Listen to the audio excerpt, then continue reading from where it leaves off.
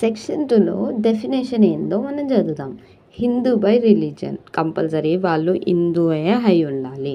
Second one Hindu by conversion మనం మతం మారిపోయినా పర్లేదు బట్ హిందువే మారాలి, హిందూ అయి ఉంటేనే ఈ సక్సెషన్ యాక్ట్ చెల్లుతుంది అని చెప్తుంది. ఇంక్లూడ్స్ వైశ్యవ అంటే ఎవరెవరు ఉన్నారో వాళ్ళ గురించి చూసాం.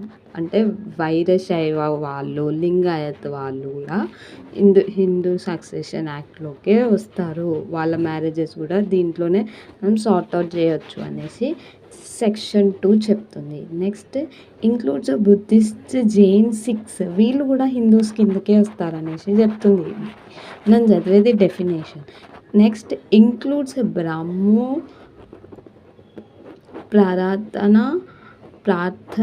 ఆర్య సమాజ్ ఎక్సెట్రా వీళ్ళందరూ కూడా ఈ డెఫినేషన్